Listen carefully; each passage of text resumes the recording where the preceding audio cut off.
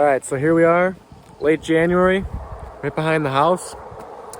Well, I figured it was about time to do an update down here on how the food plots are looking. So I had this middle section all into corn, but when I did the update on the summertime update of these food plots, I showed you how all this was crushed down. I planted this stuff. This is all silage corn. It got like 12 to 12 feet high. It grew really good. Look at how thick that is. That's the only section that stayed up standing. About 2/3 of it got flattened in a really heavy windstorm after like 1 or 2 days of long soaking rain. And this is all clay ground down here. So this stuff all tipped over, which kind of sucked. Pretty much, there was some ears in here that produced. Some plants were able to kind of like grow back up sideways, but a lot of this was, pretty much, didn't do much of anything. Really poor pollination on the corn. But the standing stuff, there's still actually quite a bit in there. But the soybeans are getting very thin. All we have is some beans up that way. This close half of this food plot right up there is gone. All these ones down here by the road are gone.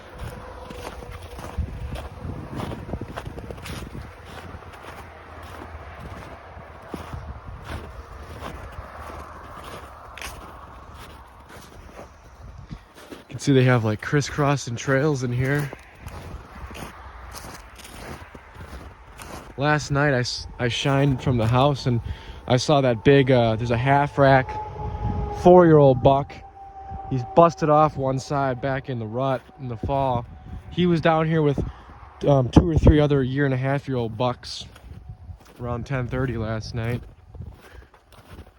But yeah, these beans, look at how good they grew. These are like waist-high beans.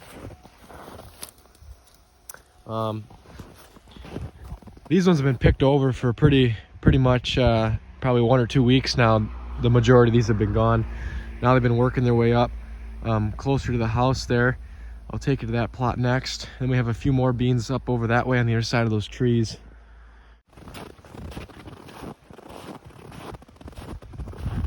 This is where a lot of them were feeding around last night. You can see they're just starting here and they're just working their way into the plot. Because right up here, it's like full pods. Look at all these tracks. But yeah, these beans are disappearing pretty darn quick. You can see, literally just at the start of the week, or a week ago, this whole field was a good amount of pods up to down here that was kind of getting thin. And now they just started to slowly work their way up into here. The reason why these ones look kind of weird, they got a few like extra brown leaves on the plants, is because back in September this field is a little bit drier up here than what it is down there, and these ones turned yellow and dried down. A lot of these leaves actually died and shriveled up because it was so darn dry. That's why they still have some of the brown leaves on there, but still plenty of pods on here. Probably last them. You'll probably clean up this area probably like 5 or 6 more days. And then I got another little spot right here. This right here was corn last year. And then I had corn down here by the road. And then where all the corn was down there, that was all beans. So I just kind of flip-flopped everything. I found a shed like literally right here last year.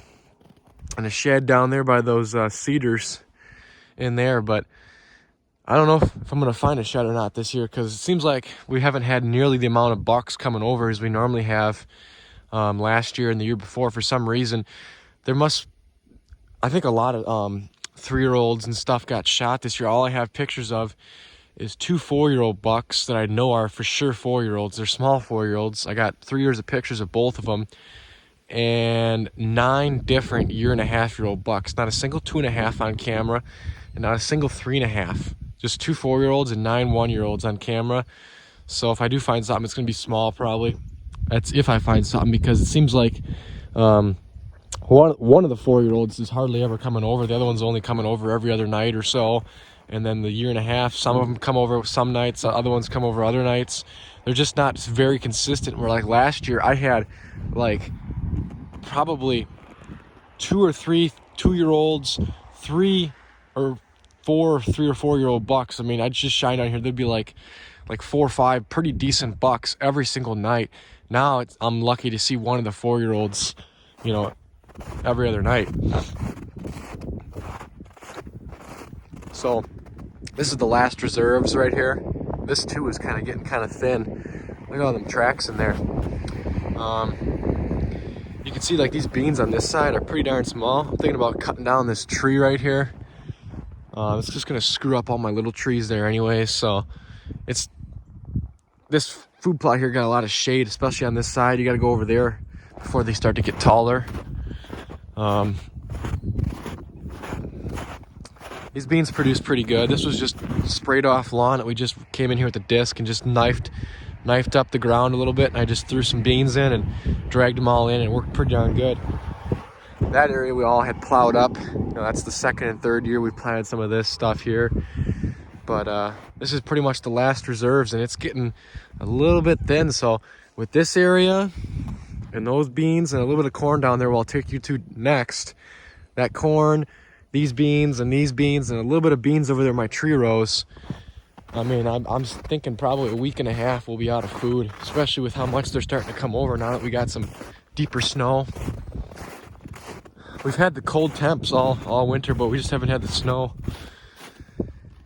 These beans in here didn't produce too well. These were all no-till beans. I got winter rye. Probably won't be able to see it. I got winter rye seeded in here again, and I'll just no-till it into the winter rye. It's hard to get this tilled up in between these little rows. I'm only gonna be able to plant this area for probably another year or two. But you can see, I mean, these beans did grow, and they've been eating on these ones a little bit here, a little bit there. Some deer are coming from across the road. Some of them are coming from that way. Some of them are coming from that way. So back down here by this crushed down corn, back when there wasn't so much snow and a few more ears in here, the deer were actually eating on this corn more because it was on the ground, you know, where they can get at it better. The stuff in there is actually relatively high up, especially for fawns to reach. Like all this stuff was leveled back in middle of July. Some of it right there on the edge where it was shorter popped back up, but all this stuff was like 9-10 feet tall just right before it tasseled.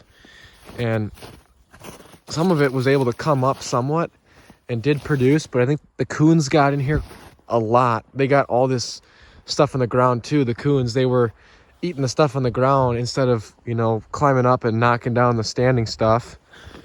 So the coons were eating on this stuff pretty heavily, but as you can tell, it still did produce. Like right here's one the coons got a long time ago.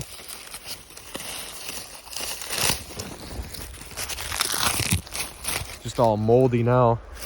And I'm sure there's lots of other cobs in here that are gone, that are buried. I'm not gonna dig around in the snow here too much. Here's one. It's still got some on it, but you can see the size of that. It grew, you know, but it was only like maybe like 25% of the plants that actually produced something. There was actually quite a bit in here. Their ears just did not fill out because they didn't get any pollination laying on the ground. The ones that were kind of poked up and kind of sprung back up, those ones produced like these ears right here that are gone now.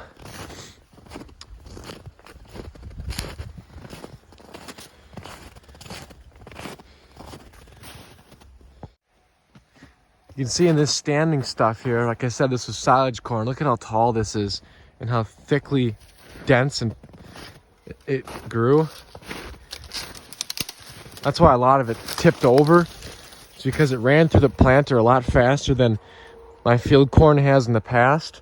And I double planted a lot of these rows, but here's a 38-inch row. A lot of that was all double planted at like 20-inch rows with our old 38-inch row corn planter. I just double planted, you know, a row each, you know, inside. It would have been like another row on here. So it's pretty thick. You can see like these two rows are pretty close. That one's like somewhat tipped over, that row. But some of this area over here where it was not quite as thick stayed up. You can see some of these stalks are breaking down and, you know, blocking off some of the trails, but they got one trail in here that they've been using pretty heavy. See, they're eating on some of them. But anyone you see with the silk like this is one that hasn't even been touched. And there's a lot of them in here.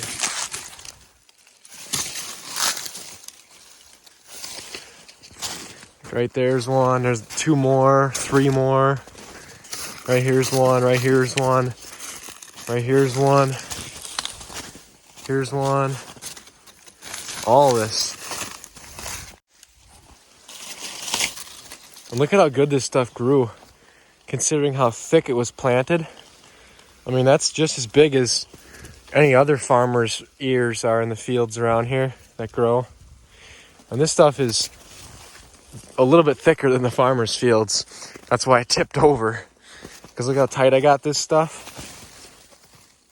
It's a lot of plants per acre out here, and it was just too much, and the stalks couldn't handle the wind and tipped over. We had a windstorm in early December that tipped over some of these ones. That's what some of this is. The stuff that's crisscrossing on the trails and is broken down. Like, look at how high up some of these are.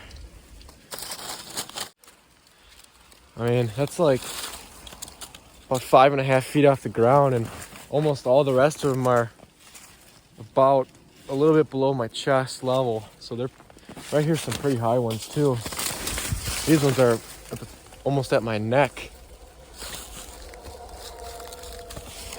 So that's another reason why probably the deer aren't eating in here too heavy.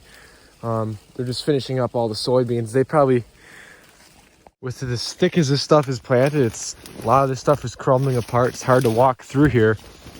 And as high as the corn is, it's kind of making it, you know, not really the preferred food source. They're just eating all the easy soybeans right now.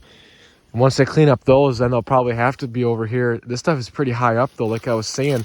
I don't think a fawn can reach this. That's pretty high up. I mean, just to the bottom right there, that's like 4.5 feet to the top is easily 5 feet. So, and look at all of them. They're all way up high.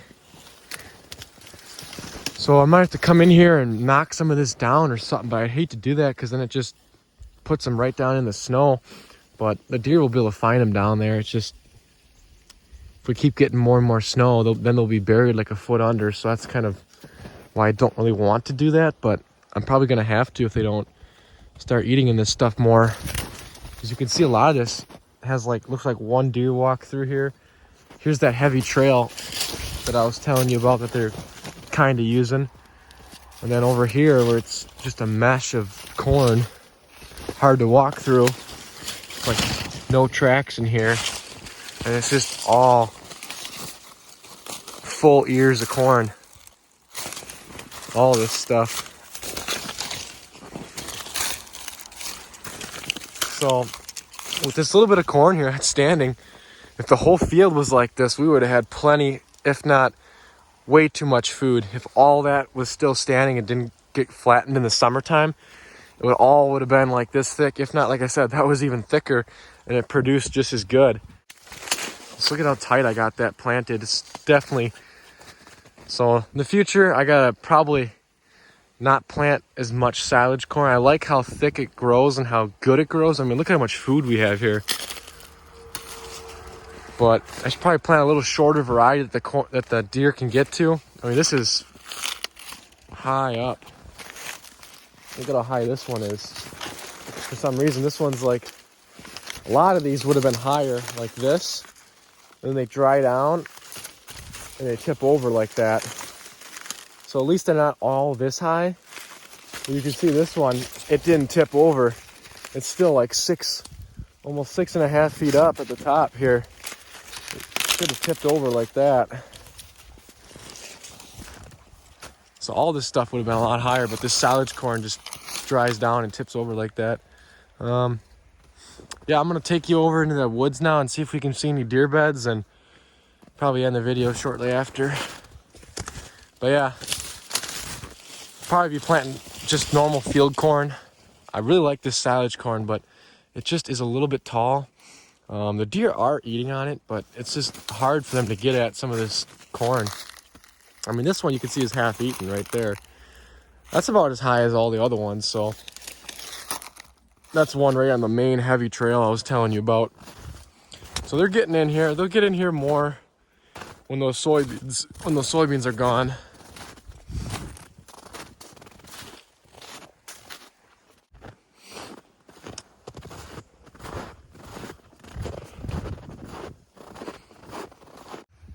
See, right in here is one of the favorite areas for the deer to bed, but this year there hasn't been a whole lot of bedding in here. Just tracks and trails walking through, so that's not good. I want them to come over here and bed down and then feed and then bed down and then leave. I want them to stay over here the majority of the night, because the more hours they're over here in the night, the better chance I have of finding, you know, a shed or two. But last year, like I said, there was just beds everywhere in here. Right here is where I found the shed last year, right underneath this cedar in a deer bed. This is like the only area that I'm seeing beds. This snow is about 4 or 5 days old now. Got like one bed there. Here's a bed probably from last night, not really melted to the ground. Another bed up there, but still just a couple beds down here, that's it. But here's an older bed. Trails heading back to daytime bedding. But yeah, just not a whole lot of bedding down here this year for some reason. And just like I said, very reduced numbers of bucks too, of nice bucks. I got 9 different 1.5-year-old bucks on camera. Or in the past, like I said, I've had way more bigger bucks, and I've actually had pictures of bigger bucks bedding right back there where I was earlier. But yeah, we'll see if I find a shed or not. I'm kind of doubtful, especially seeing the very little bedding that there is down here, and the bucks just aren't really coming over like they were in the past 2 years. So the only thing I'd think about, this is a little brassica plot. Didn't really do the best, but the only thing I can think about is that, you know, the reason why they're not coming over is maybe there's another food source in the area, that like a little food plot that they're hitting. Maybe someone else is feeding them pretty heavy. I don't know, but definitely, I mean, a good amount of deer are here every night, but compared to last year, we had way more bucks, way more nicer bucks, and they were actually bedding here at night, where this year it's just a completely different story. But I'm still happy we got all this corn here. Got some beans up there, so with those beans lasting at least a minimum of a week from now, they'll be gone. Maybe a week and a half they'll last.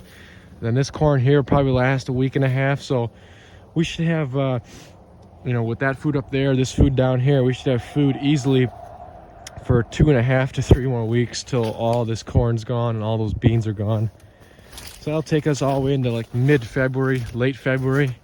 By then, the majority of the deer will probably be dropped anyways. So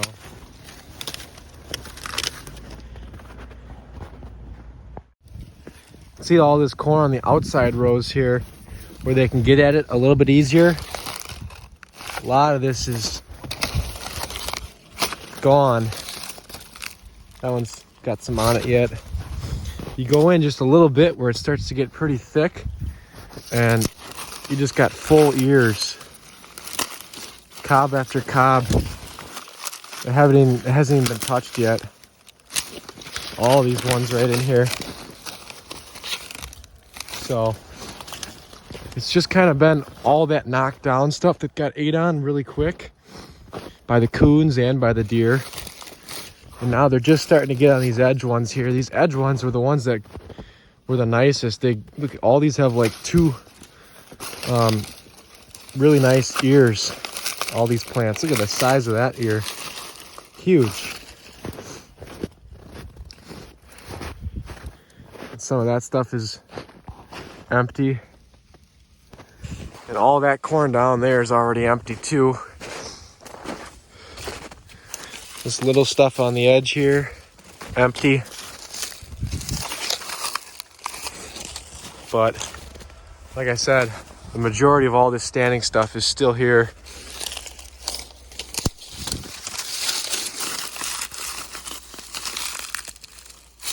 So plenty of food.